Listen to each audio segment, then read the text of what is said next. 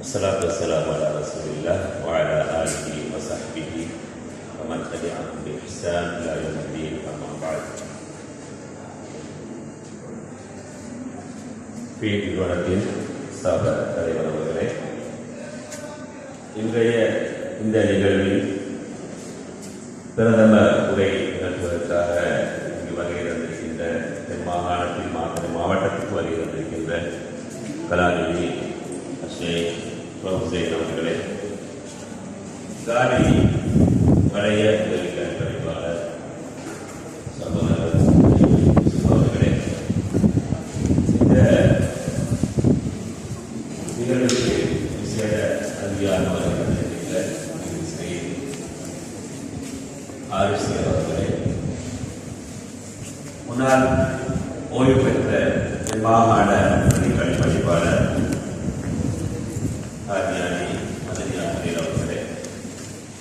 மற்றும் இந்த மண்டபத்தில் இருக்கின்ற பாடசாலைகளின் அதிபர்களே, விருந்தினர்களே, இன்றைய நிகழ்வின் கதாநாயகர்களாகிய மாத்தறை மாவட்ட இளங்கலை பட்டதாரிகளே, இளைய நிறுவனத்தின் வந்தவர்களே, அனைவருக்கும் அஸ்ஸலாமு அலைக்கும் வரஹ்மத்துல்லாஹி வபரகாத்துஹு. கலாநிதி ஹுசைன் அவர்கள் தனது உரையிலே கூறிய பல்வேறு விடயங்களுக்கு எமது மாவட்டம் தொடர்பான சில முக்கியமான குறிப்புகளை விடயங்களை இவரோடு பகிர்ந்து கொள்ளலாம் என்று நாடுகிறேன். மாகாணத்தில் மாத்தறை மாவட்டத்தில் மொத்தமாக தமிழ் மொழி மூலமான பாடசாலைகள் 18 காணப்படுகின்றன. அவற்றில் 6 பாடசாலைகள் தோட்டப்புற பாடசாலைகளாகவும், இன்னும் 12 பாடசாலைகள்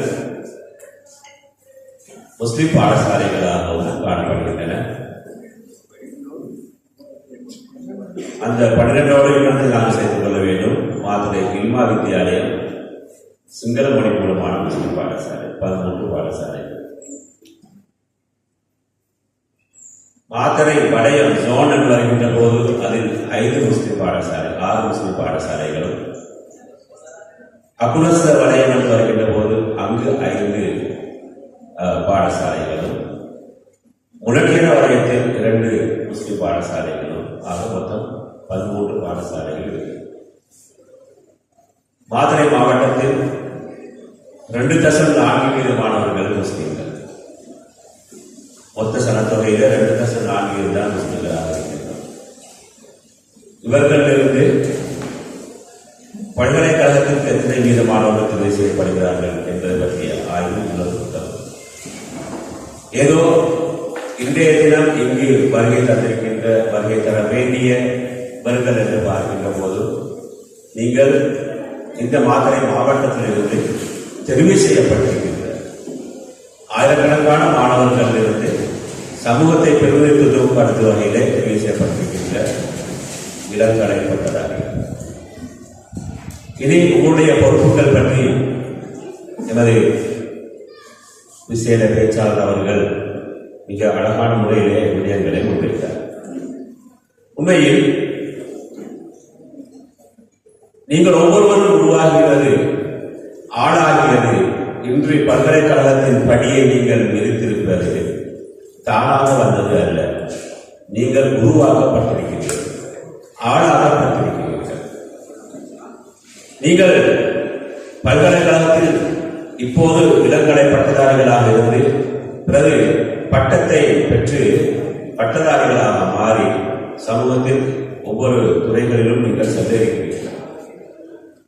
இதுவெல்லாம் உங்களுக்கு தானாக கிடைத்தவை அல்ல. ஒன்று அல்லாஹ்வுடைய இறைவனுடைய அருளினால் உங்களுக்கு கிடைத்த ஒரு வரம்.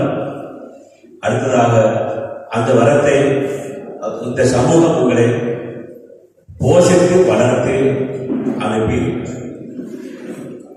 எனவே இந்த சமூகத்தில் தெரிவு செய்யப்படுகின்றவர்கள் எல்லாம் தெரிவு, பல்கலைக்கழகத்துக்கு தெரிவாகியவர்கள், கல்வியற் கல்லூரிக்கு தெரிவாகின்றவர்கள், தெரிவு செய்யப்பட்டவர்கள், செலக்ட் பண்ணப்பட்டவர்கள். அப்படி என்றால் எத்தனையோ பேர் இருப்பார்கள். அத்தனை பேரிலிருந்து நீங்கள் தெரிவு செய்யப்பட்டிருக்கிறீர்கள். அந்த தெரிவு செய்யப்பட்டவர்கள் பார்க்கப்பட்ட முக்கியமான விடயம் என்னது? உங்களுடைய அறிவு தகுதி, எஜுகேஷனல் குவாலிஃபிகேஷன். அதனை வைத்து உங்களை நீங்கள் உயர்தர பரீட்சையிலே பெற்ற புள்ளிகளை வைத்து உங்களை தெரிவு செய்திருக்கிறார்கள். நீங்கள் வணிகத்துறையாக இருக்க முடியும், கலைத்துறையாக இருக்க முடியும், அல்லது மெடிசின் துறையாக இருக்க முடியும், பொறியியல் துறையாக இருக்க முடியும், ஏனைய டெக்னிக்கல் துறைகளாக இருக்க முடியும். இந்த துறைகளுக்கு நீங்கள் தெரிவு செய்யப்பட்டிருக்கிறீர்கள். அப்படி என்றால் உங்களுக்கு விசேடமான ஆற்றல்கள் இருக்கின்றன, விசேடமான அறிவு ஆளுமை இருக்கிறது என்பதுதான். இந்த தெரிவுக்கு அல்லாஹ் தஆலா வழி அமைத்திருக்கிறார். நீங்கள் தெரிவாக இருக்கிறீர்கள். எனவே இப்போது நீங்கள் பட்டதாரிகள் என்று இன்ஷா அல்லாஹ் ஒரு காலத்திலே பட்டம் எடுப்பீர்கள். இனி அந்த பட்டத்துக்குரிய முறையிலே சமூகத்தில் நீங்கள் பிரதிநிதித்துவப்படுத்துவது, பிரதிபலித்து காட்டுவது உங்களுடைய முக்கியமான பொறுப்பாக இருக்கும். சமூகத்தை படித்தவர்கள் என்று வருகின்ற போது ஒரு பிரிவினராக இந்த பட்டதாரிகள் காணப்படுகிறார். அவர் படித்தவர் என்று சமூகம் பேசுகின்றவர்கள் யார் என்று பார்த்தால், ஒன்று அவர்கள் இந்த ஏழவருக்கு பிறகு அவருடைய கல்வித்தரத்தை ஏதோ ஒரு வகையிலே வளர்த்துக் கொண்டவர்கள், இந்த பட்டதாரிகளான மாறியவர்கள், இந்த துறைகளில் இருக்கின்றவர்களை படித்தவர்கள் சொல்வார். எனவே இந்த படித்தவர்கள் என்ற அந்த பெயரை நீங்கள் பெறுவீர்கள். அல்லாஹ் தஆலா சொல்வதாக ரசூலுல்லாஹி ஸல்லல்லாஹு அலைஹி வஸல்லம் சொன்னார்கள்,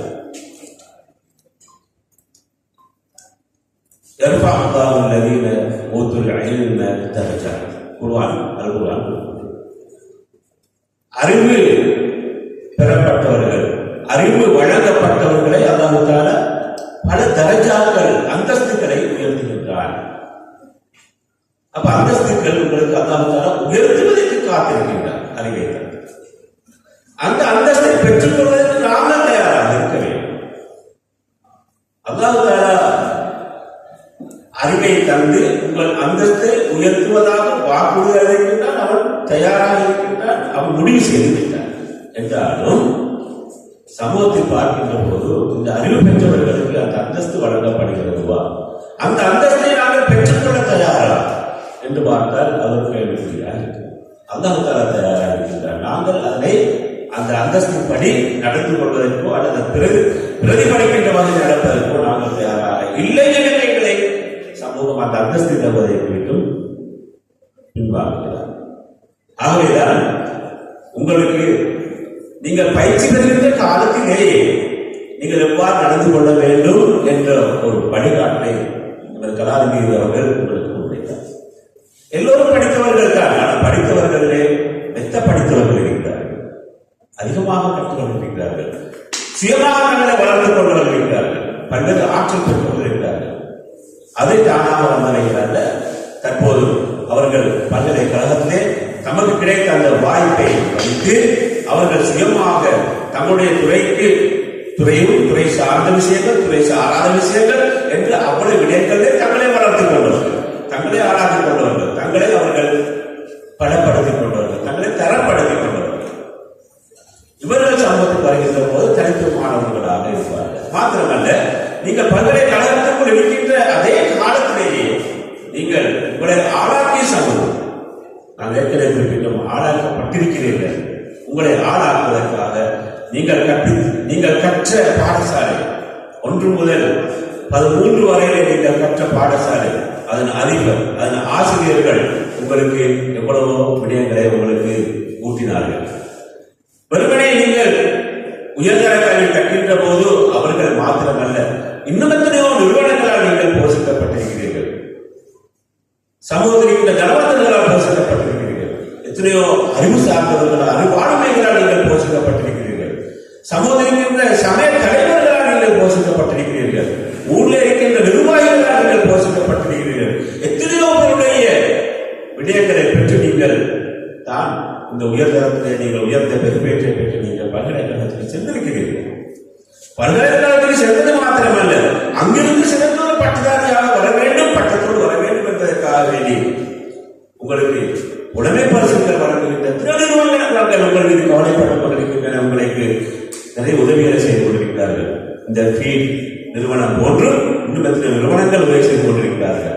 அந்த வகையில் தான் தென் மாகாணத்தில் நாங்கள் குறிப்பிட்டு சொல்ல வேண்டிய அந்த ஃபீல்ட் என்று சொல்லக்கூடிய இந்த நிறுவனத்தை உருவாக்கி அதனை வளர்த்து செல்கின்ற இந்த பெரிய உயர்ந்த பணியை செய்கின்ற ஜனாப் ரஸ்மி அவர்கள் அவருடைய அந்த கூட்டத்தை நாங்கள் அவருடைய அந்த சங்கத்துறையை நாங்கள் மிகவும் பாராட்ட வேண்டும். இவ்வாறான நிறுவனங்கள் மூலமாக நீங்கள் போஷிக்கப்பட்டு உருவாக்கப்பட்டிருக்கிறீர்கள்.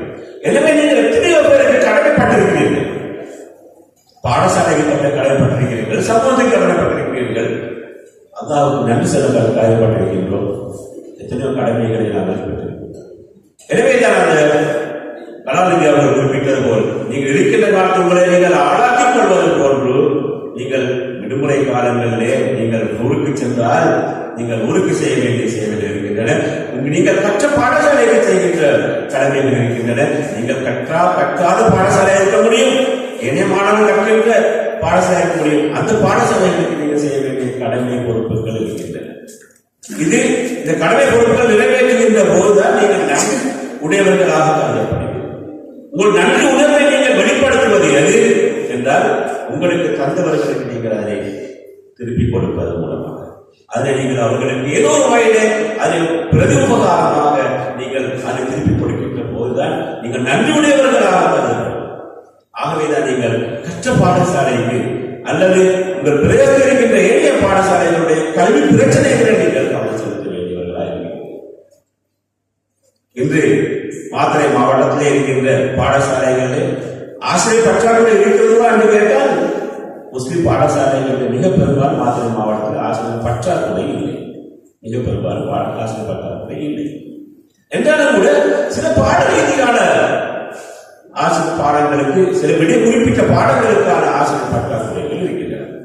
சில பாடங்களுக்கு அதிகமான ஆசிரியர்களும் இன்னும் சில பாடங்களுக்கு ஆசிரியர் இல்லாத நிலையில் சில பாடசாலை இருக்கிறது. அது சமநிலைப்படுத்த வேண்டிய தேவை.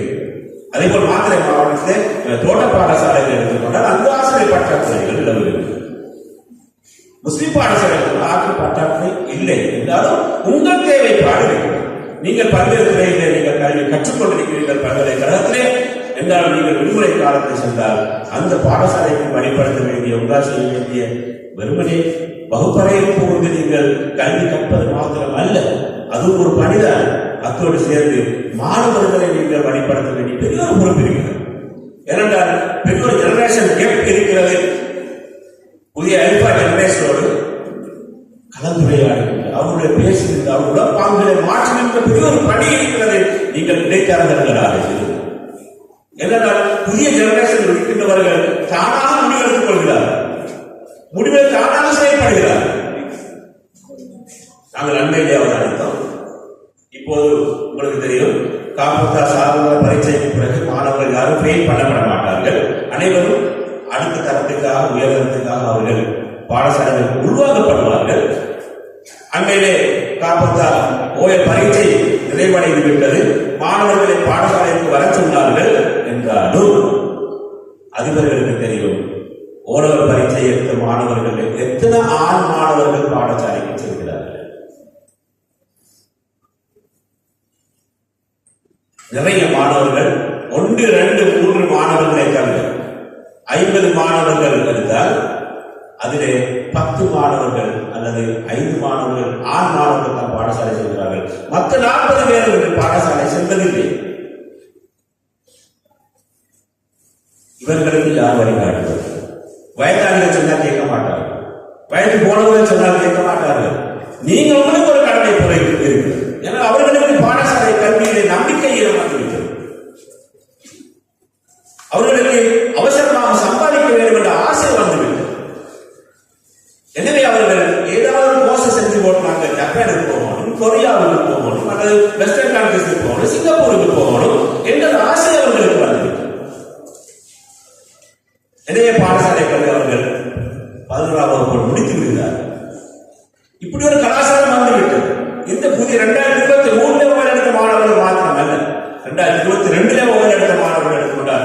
ஆண் மாணவர்களிலே பிறப்பிற்கு எண்ணக்கூடிய ஓர்வர்கள் தான் பாடசாலைக்கு செல்கிறார்கள். சயின்ஸ் துறையில கற்கின்ற மாணவர்களை தவிர கலை வணிக துறைகளிலே ஏனைய துறைகளிலே படிப்பதற்கு அவர்களுக்கு விருப்பம் இல்லை, ஆசை இல்லை, நம்பிக்கை இல்லை. அப்படினால எந்த நம்பிக்கை வந்து வேறொரு ஆசை வந்து விட்டது. கை சொல்ல சொல்லியா கை காசு எடுக்க வேண்டும், கற்ற கட்டுக்கட்டாக பணம் எடுக்க வேண்டும் என்ற ஆசை வந்துவிட்டது. எனவே அவர்கள் அதனை ஒவ்வொரு கல்வியோடு ஒவ்வொரு அறிவோடு அறிவோடு அவர்கள் தங்களுடைய படிப்புக்கு ஒழுங்கு போட்டுவிட்டு அவர்கள் தொழில் தேடி அந்த தொழில்துறையிலே போவதற்காக வேண்டி வேறு வேறு வகையில் அவர்கள் இருக்கிறார். அல்லது கடைகளிலே அவர்கள் சேல்ஸ்மேனாக இருக்கிறார். இவ்வாறு ஒரு பெரிய ஒரு பயங்கரமான நிலையோடு இந்த சமூகத்தில் வந்து கொண்டிருக்கிறது. மிக வேகமாக சிலர் நாங்கள் கோர்ஸ் செய்ய போகின்றோம் என்று பாடங்களை வராமல் நிற்கிறார்கள். நாங்கள் கோர்ஸ் செய்ய அப்படியே இருக்கிறார். இவர்களுக்கு யார் வழிகாட்டுவது? யார் இவர்களை தூண்டுவது? இவர் உள்ளத்தில் யார் யாரோ அந்த நச்சு கருத்துக்களை போட்டிருக்கிறார். படிச்சு வேறு இல்லை, தொழிலுக்கு போ, ஜப்பானுக்கு போ, பொருளாது போ. ஆனால் இல்ல, இப்படித்தான் நீங்கள் இப்படி சமூகத்துக்கு தேவையான அடிப்படையில் அவர்களுக்கு உள்ளத்தில் அவருடைய டிரைவை வாஷ் பண்ண வேண்டிய பொறுப்பு, மூளை செலவை செய்ய வேண்டிய பொறுப்பு. இது இடைத்தரகர்களாக இருக்கின்ற உங்களுடைய ஒரு பொறுப்பாக காணப்படுகிறது. அவர்களுடைய சமூகத்தில் இருக்கின்றவர்கள் அவர்கள் முக்கிய வேலையில் இருக்கின்றவர்கள் சொன்னதை அவர் ஏற்றுக்கொள்கிறார். ஆகவே அந்த சமூக பொறுப்பை நீங்கள் நிறைவேற்ற வேண்டும் என்று நாங்கள் மிகவும் அன்போடு கேட்டுக்கொள்ள விரும்புகின்றோம். மாணவிகளை பற்றி பிரச்சனை, மாணவிகள் வகுப்புக்கு அப்படி பாடசாலை வருகிறார்கள். ஆண் மாணவர்கள் தான் இந்த பெரும் பிரச்சனை கவனிக்கப்பட்டிருக்கிறார்கள். இன்னொரு முக்கியமான ஒரு போக்கை நாங்கள் காண்கிறோம். இன்று நகர்ப்புறங்கள் இருக்கின்ற மாணவர்கள், ஆண் மாணவர்கள் குறிப்பாக சிலர் 9ஆம் வகுப்பிலே ஓயல் பரீட்சை எழுதுகிறார்கள், சிலர் 10ஆம் வகுப்பிலே ஓரல் பரீட்சை எழுதுகிறார்கள், அல்லது 11ஆம் வகுப்பு ஓரல் பரீட்சை எழுதிவிட்டு அவர்கள் ஏழவர்களுக்கு பிரைவேட்டாக பணம் உள்ளவர்கள் ஏதேதோ கோர்ஸ் செய்து அவர்கள் ஏழவர்களுக்கும் MBQ4 சர்டிபிகேட்டை பெற்றால் அந்த குவாலிபிகேஷன் அவர்கள் பெற்று பிரைவேட்டாக பாஸ் ஆகி அவர்கள் டிப்ளமா செஞ்சு, அதுபோல டிகிரி செஞ்சு, அதுபோல மாஸ்டர் செஞ்சு இப்படி தங்களை அவர்கள் வளர்த்து கொண்டிருக்கிறார். கல்வித்துறை ரீதியாக கல்வி ரீதியாக தங்களுடைய குவாலிபிகேஷனை கூட்டிக் கொண்டு அவர்கள் செல்கிறார். இது ஒரு வகையில போகுது, இது பரவாயில்லை, அவர்கள் கல்வி ரீதியாக போகிறார்கள். ஆனால் இந்த மாவட்டத்தை நாங்கள் பல ஊர்களிலே காணுகின்றோம்.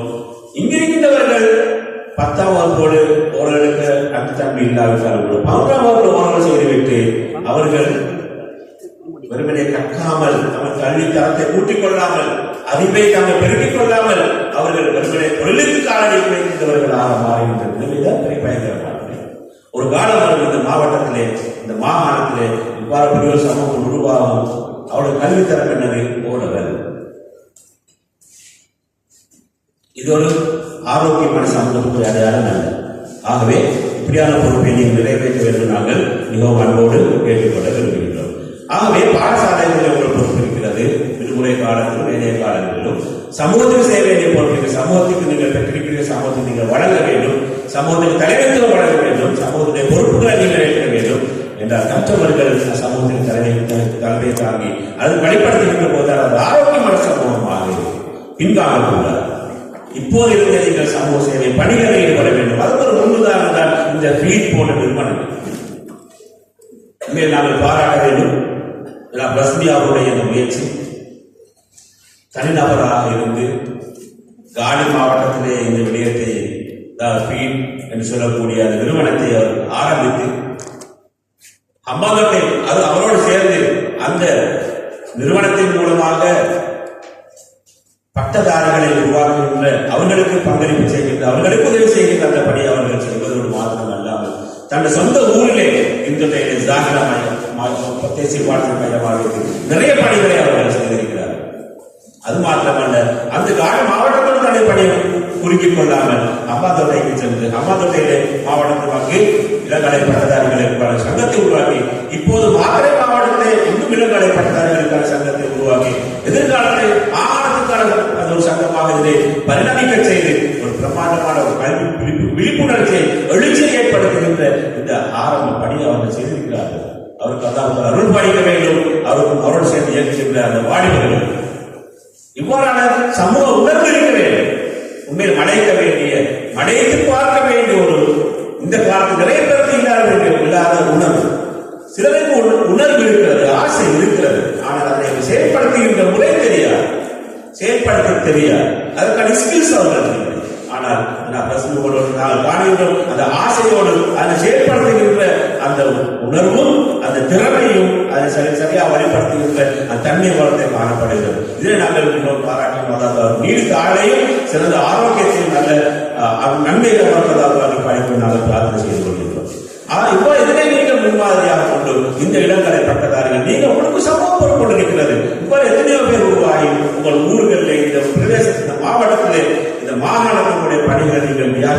முடியும். இவ்வாறு செய்வதன் மூலமாக அறிவு மனம் கொண்ட அறிவு வாசனை கொண்ட ஒரு சமூகத்தை உருவாக்கி ஒரு ஆரோக்கியமான சமூகத்தை நீங்கள் பங்களிப்பு செய்ய முடியும்.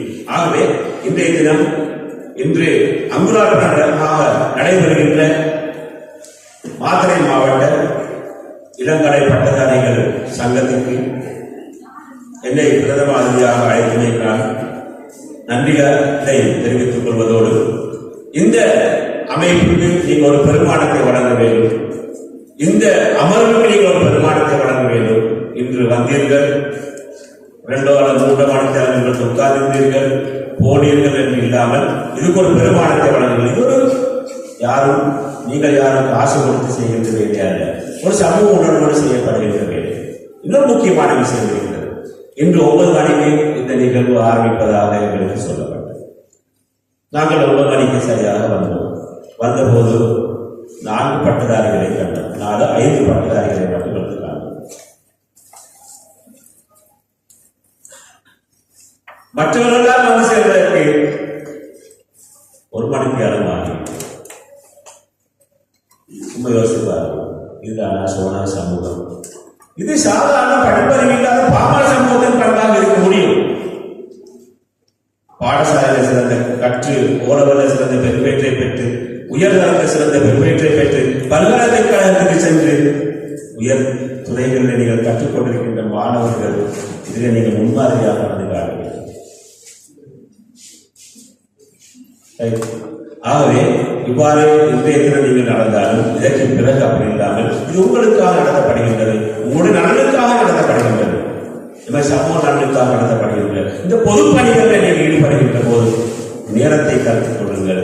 அதே போல் உற்சாகமான ஈடுபாட்டை காட்டுங்கள். உங்களால் வழங்க வேண்டிய ஒத்துழைப்புகளை வழங்குங்கள். என்னால் உங்களை பின்னால் கெஞ்சி பார்த்து அழைக்கின்றவர்களாக இல்லாமல் நீங்கள் மற்றவர்களை அழைக்கின்றவர்களாக நீங்கள் ஆர்கனைஸ் பண்ணுகின்ற அந்த திறனை பெற்று அதை செயல்படுத்துவதாக மாற வேண்டும் என்று நான் கேட்டுக்கொள்வதோடு இந்த நிறுவனம் ஏன் உருவாக்கப்படுகிறது, இந்த சங்கம் ஏன் உருவாக்கப்படுகிறது என்ற அந்த நல்ல நோக்கம் நிறைவேற வேண்டும் நான் பிரார்த்தனை செய்து கொள்வதோடு இதற்காக உழைக்கின்ற அத்தனை பேருக்கும் அருள் பாணிக்க வேண்டும் நான் பிரார்த்தனை செய்து இன்றைய தினம் வருகின்ற ஒரு மாணவர்களுக்கு சிறந்த எதிர்காலம் அமைய வேண்டும் என்று வார்த்தைகளை கூறி சந்தர்ப்பத்தில் நன்றிகளை கூறி விடைபெறுகிறேன். வாக்குதாவான அல்ஹம்துலில்லாஹி. அஸ்ஸலாமு அலைக்கும் வரஹ்மத்துல்லாஹி வபரகாத்துஹு.